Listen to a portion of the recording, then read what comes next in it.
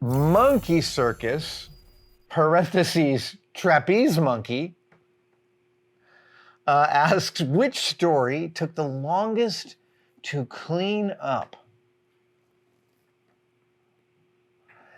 It's not what you'd think. It's not like a super dirty story like slipping on a banana peel or the dead pigs in the car.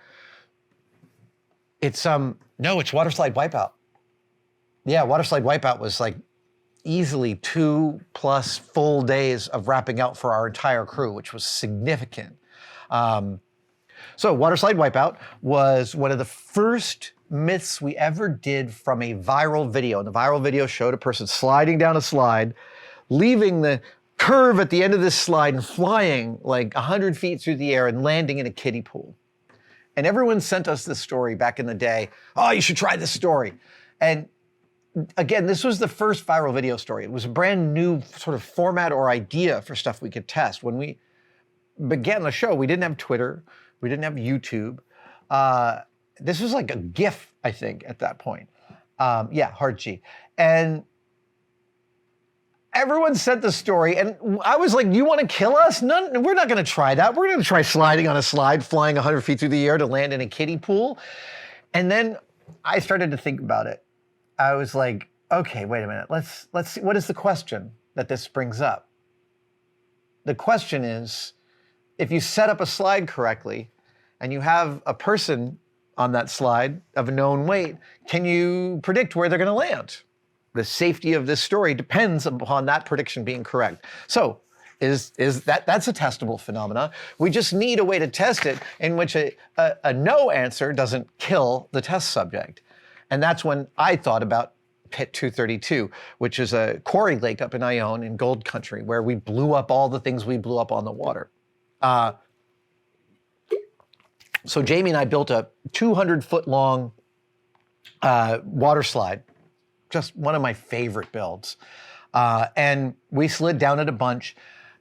There's a whole set of stories to talk about around my sliding. I have a talk supported by some hilariously humiliating slow motion videos of me being just beaten to a pulp on this slide. But part of the story is about the cleanup, which is we finished that episode at about 4 o'clock one afternoon, and we tell the loadout team, it's about 5-6 people, you guys got to take down this slide. You got to take it all apart, take all that carpet, all that wood, and by the way, no one is to slide down the slide.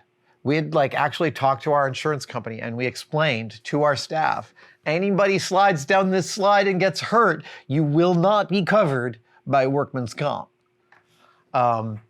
They spent 2 days taking that slide, and then they got back and someone put a DVD on my desk, and the DVD was footage of every single member of the crew, of course, sliding down the water slide. Most impressive was safety diver, aerospace engineer Don Best, who worked with us for a couple of years and then went off to one of the big aerospace companies up in Seattle. I think Boeing. Anyway, Don Best went first. He went chest down, arms out like Superman. Even today, man, I don't think I would try that. That's a lot. Longest cleanup, best cleanup story. All right, let's see here. What else we got? Greg Stanton says, thinking of your TV and movie specials like Breaking Bad or Indiana Jones, are there any new shows or movies that have come out post-Mythbusters that you would provide great myths to play with? The problem is about great myths to play with is they're often movie physics that are so ludicrous, they're not even wrong. And an example I'll give is all the James Bond franchise. We first did James Bond, we did bullets over magnets, and stuff like that. And we thought, oh, this is going to be really fruitful. And then it wasn't, because when you crawl through the whole James Bond canon, so many of the things they do are so unattached to the physical world as to be ludicrous.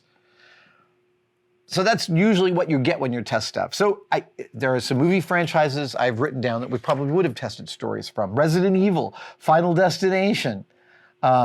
In fact, in Final Destination, there's a close-up of a garbage disposal close call where someone's hand goes into the sink and you see all these blades inside the garbage disposal. And what's really funny is Jamie and I, early on in Mythbusters tenure, we did an ad for a garbage disposal company, and they told us how angry they were at that movie, that they almost sued them for showing an improper picture of what's the inside of a garbage disposal look like, because there's no blades down there, none at all. They made it look like a pencil sharpener designed by a saw, when in fact it is some blunt cams that basically use physics to be able to pulverize stuff. Silo, I totally think there's some stuff we could have tested from Silo, but I think the one that I would be most likely to test would be the bulletproof jackets and fabrics of John Wick universe. They make me so mad. They make me so mad, I almost can't see straight. Frankly, I love these movies. I think the first one is one of the best action movies ever made, and I really like all the others. But the first one stands out, easily 2x for me, as good as all of the others. And part of it is just that, for me, I always want to see my protagonist showing their excellence.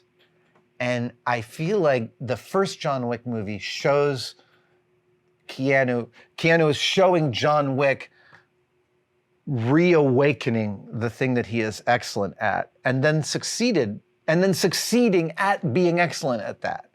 The rest of the movies are all of him on the run, and I find that less interesting. But we would certainly have tested the fabric. And I will tell you, there is a YouTube channel I came across recently where they were coming up with amounts of fabric that could do this. And frankly, I had to stop watching, not because they were doing it wrong or in any way I disapproved of.